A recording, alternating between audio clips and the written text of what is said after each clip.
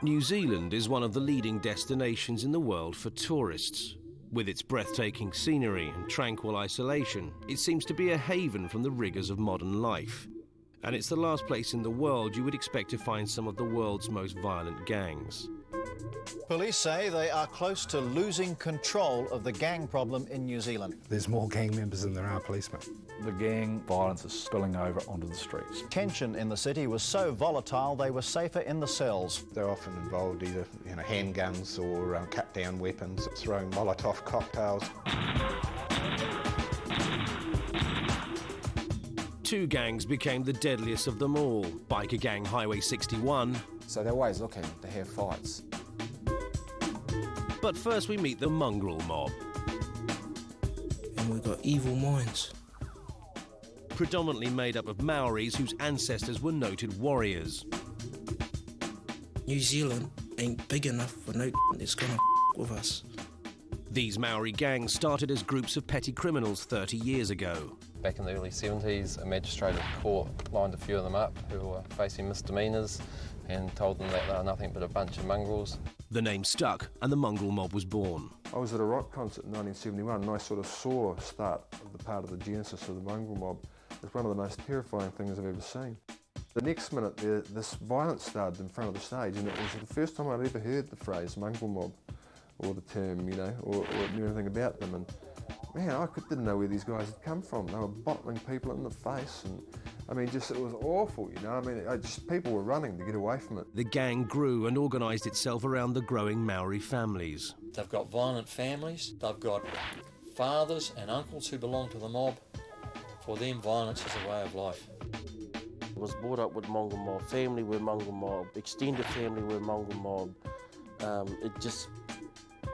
For our family, that was just part of it. You're now down 3, sometimes 4 generations of people who are deeply immersed in the mongrel mob. The mob's reputation became notorious. We're gonna go and get money somewhere else, the way we know best, and that's crime. Simple as that. Give it or we take it.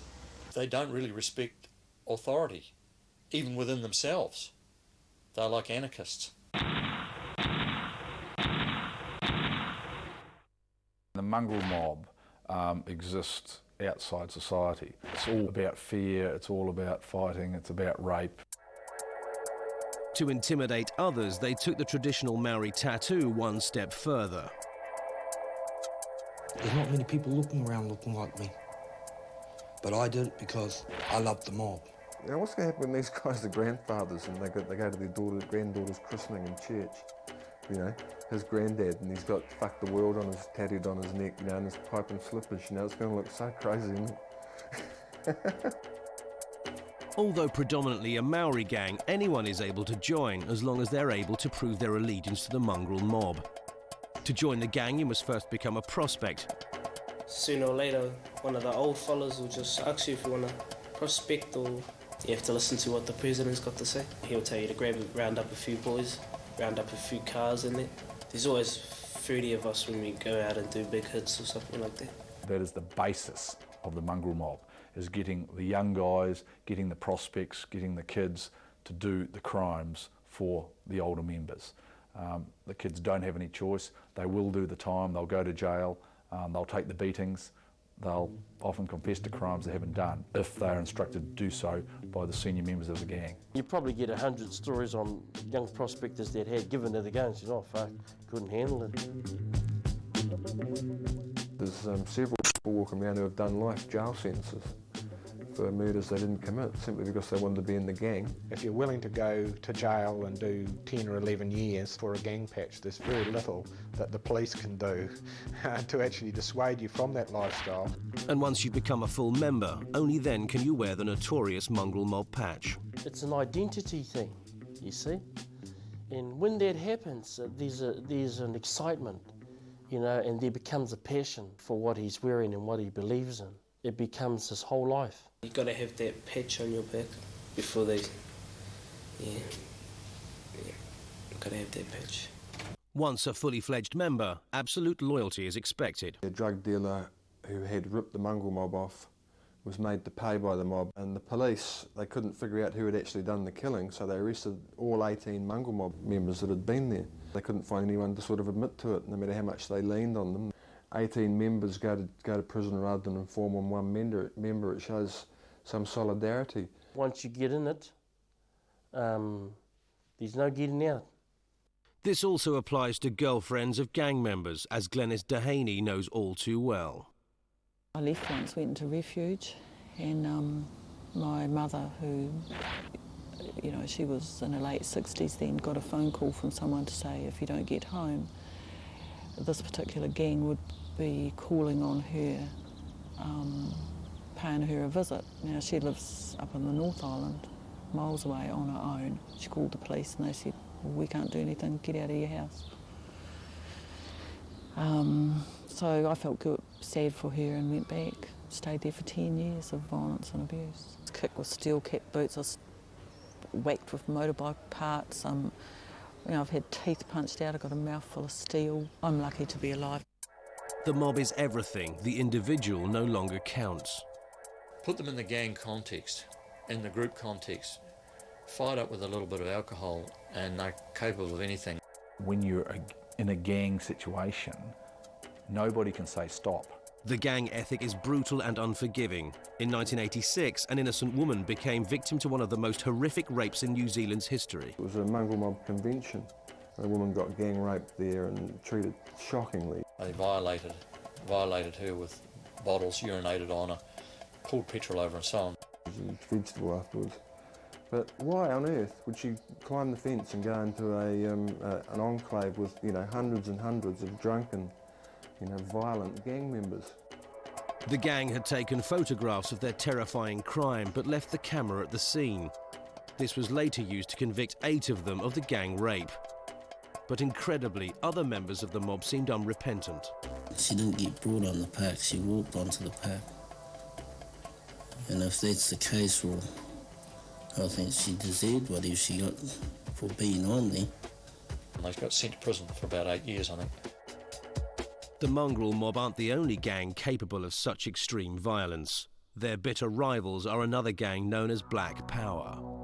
Mob members meet up with Black Powers and it's just an instant fight. They can't even walk past each other on the street. This was the scene that saw the emergency 111 line run hot in Napier this morning. This confrontation occurred on the streets, right in front of a local TV crew. 2 Black Power members set upon mobsters Dale Kyle and Sudet Soa. Kyle attacks the Black Power member with a hammer, but gets an iron bar full in the face. We'll be back, man. Prince, let's go before the police get here. And although injured, he didn't back down. Rule number 1, if you're a mobster, never run away from a fight, as young Minarapu knows to his cost. Yeah, we ended up beating up a few Black Power members. It's just fighting. Start pulling out baseball bats in there. Blood getting shedded all over the place. Too much blood. But fearful for his life, the young mobster didn't stand his ground and ran. Incredibly, his own gang later beat him up for his apparent cowardice. Got a few cracked ribs and a few dents and dislocated shoulders and big bruises. I couldn't do nothing again because half of them were my family. I deserved it. Yeah. So that was the last time I ever ran from my family ever again. Our top story, a gang arrest in Invercargill. It's come after alleged threats of violence against a family who stood up to the mob. They just left us no avenue to go down. They just kept going at us and going at us all the bloody time. They wouldn't leave us alone, so we just had to stand up to them. In 1998, the Invercargill mongrel mob moved next door to John Lawton. After Lawton complained about their all-night parties, his house was firebombed by mob leader Charles Dekahu. The night they put the firebomb through my kitchen, it got me hopping mad. Lawton gave evidence against Dekahu in court, who was sentenced to 6 years in jail for arson. He thought this might be the end of it, but he didn't take into account Dekahu's brother and fellow mobster Sean. who amazingly appeared on New Zealand television to talk about the feud. I hope they are scared, because New Zealand ain't big enough for no that's gonna with us. And it's been proven. Mongrel mob are in every town in this country. Now, what town are they gonna move to? John Lawton has accused the mob of attacking his wife and threatening to rape his daughter. I ain't really care about her little kid. You know, and from here on, I ain't really care at all. Deep down within my heart, I really wish that brother had gone in there and raped her. They haven't got a force. Yeah, no one in this country's got a force big enough to take us on. The mob's bulldog also attacked Lawton's daughter and was put down by the police. For Sean Takahu, this was like losing a brother. The one that was involved in this trial will be sleeping with one eye open. No one executes a mongrel mob member and gets away with it. After his appearance on TV, Sean Takahu was arrested and charged with threatening grievous bodily harm.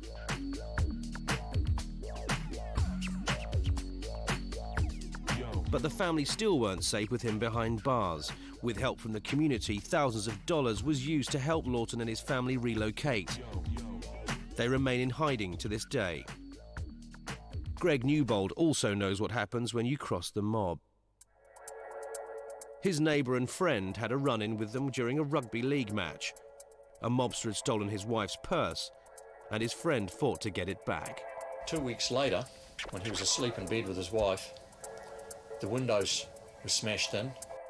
His dog didn't utter a sound because it had had its head cut off. The mongrel mob came pouring into the house. They tied him up. They gang raped his wife in front of him.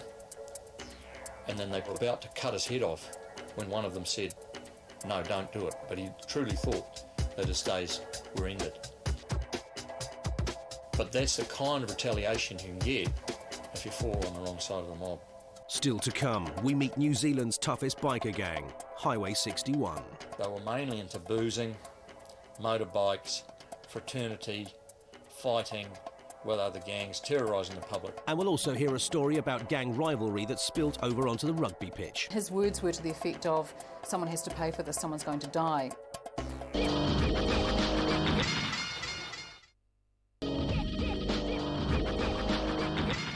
When it comes to motorbike gangs in New Zealand, Highway 61 are the largest and toughest. They actually cut a guy's finger off with bolt cutters. They're probably the top gang in Christchurch. They are present in most major metropolitan areas, and as a result, they have a very good network around the country. They're a well-structured gang where they have a president and a vice president. The presidency changes on a reasonably regular basis because they tend to go to jail. They were mainly into boozing, motorbikes, fraternity, fighting with other gangs, terrorising the public. And waging wars against rival gangs. You'll see quite violent feuds that'll carry on amongst the gangs. And that might be firebombings, that could be full-on attacks. Their biggest rival for the lucrative drugs market was Black Power. It's now become a $1 million a year industry in New Zealand. In 1998, Black Power firebombed a Highway 61 drugs house. In retaliation, Highway 61 launched a vicious attack on Black Power. When a new leader took over Highway 61, things got a lot worse. It was his motivation, it was the way he was revving his gang members up that actually made that happen. It was people that had fallen out over business dealings, and it was payback time. Loose cannon, I guess, is a good description. I mean, he was a guy who clearly reacted first and didn't have much reason. Highway 61 was run by the notorious Matthew Bomber Grant, whose vicious and psychotic reputation preceded him. In August 2000, Bomber Grant and his fellow Highway 61 members were in the Illusions nightclub in Christchurch when Black Power entered. A dispute arose between Black Power member Max Shannon and Highway 61. It continued outside with a fight in the street, but Matthew Bomber Grant felt that Highway 61 had lost out in this confrontation. He was annoyed, obviously, that he felt his gang, Highway 61, had lost face when Max Shannon and one of his members had had a confrontation at the nightclub, and his words were to the effect of, someone has to pay for this, someone's going to die. Immediately, there was a lot of cell phone and telephone calls bringing in various members of the Highway 61 gang. Planning really probably began at that point. 2 days later, Bomber Grant started mobilising his gang to get revenge on Max Shannon. Steps were then taken to source firearms, ammunition. A gang associate was recruited to steal a car, and it was hidden away until the evening of Tuesday the 7th of August. Max Shannon was a keen rugby player and captained the local team, Woolston. On that Tuesday night, Woolston were training on their local park. After the league practice had finished in this park, that Mr. Shannon and his other team players began leaving and walking down this alleyway out onto Sylvester Street. At this point, Bomber Grant and his Highway 61 associates were on their way to Sylvester Street, armed with a shotgun. So when Max came out, his car was parked right here, and he got into the car. At the same time, Bomber Grant turned onto the street.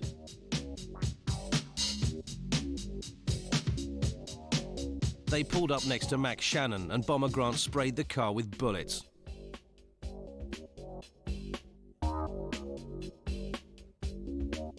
Max received several wounds from the shotgun, but one pierced his forehead just above the eye line.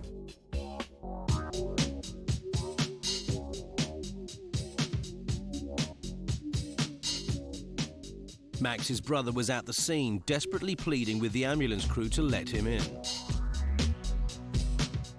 The life support system was switched off at about 10 o'clock the following morning. The getaway car was found burnt out a few miles from the scene. Max Shannon was given a traditional Black Power funeral later that week. It's all coward shit now, it's all drive-bys and all that kind of things. The enemy's just hiding in the car and ready to do whatever they want to do to you. The Black Power stood up en masse and testified against Highway 61 in court, which is quite unusual because the police always seem to be the gang that all the gangs are against. So that was quite a turnaround in our culture. It was one of New Zealand's most controversial trials ever, and tensions rose outside the court.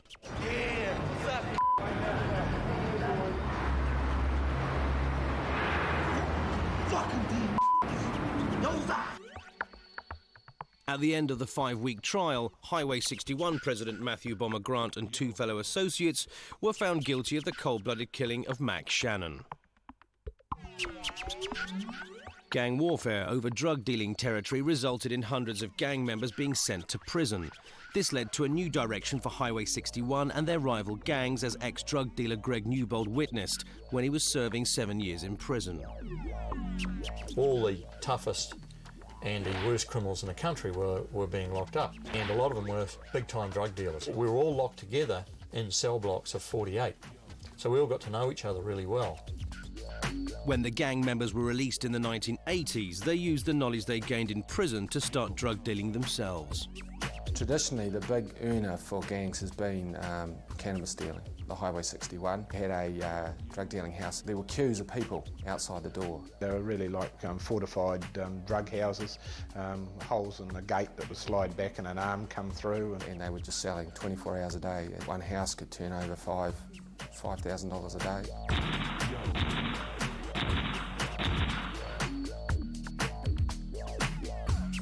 At first, Highway 61's drug dealing house was in the middle of a residential area. But the police also regularly raided their premises. We used to at times have to batter down these large reinforced fences and gates with payloaders, and usually under armed escort. Some of them were huge. They had big concrete pillars in behind them.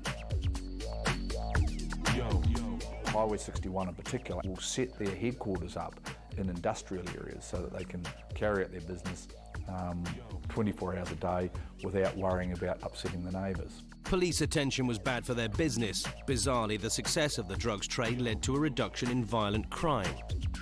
They know that if they get police attention for rapes, for assaults, even for robberies, then it's going to curtail the rest of their activities. Because if you're banged up, you can't carry on your business. Someone else is going to step in and take over your drug territory. So the last thing you want to do is go to jail. In the last 5 years, speed, or methamphetamine as it's known in New Zealand, has become the drug of choice.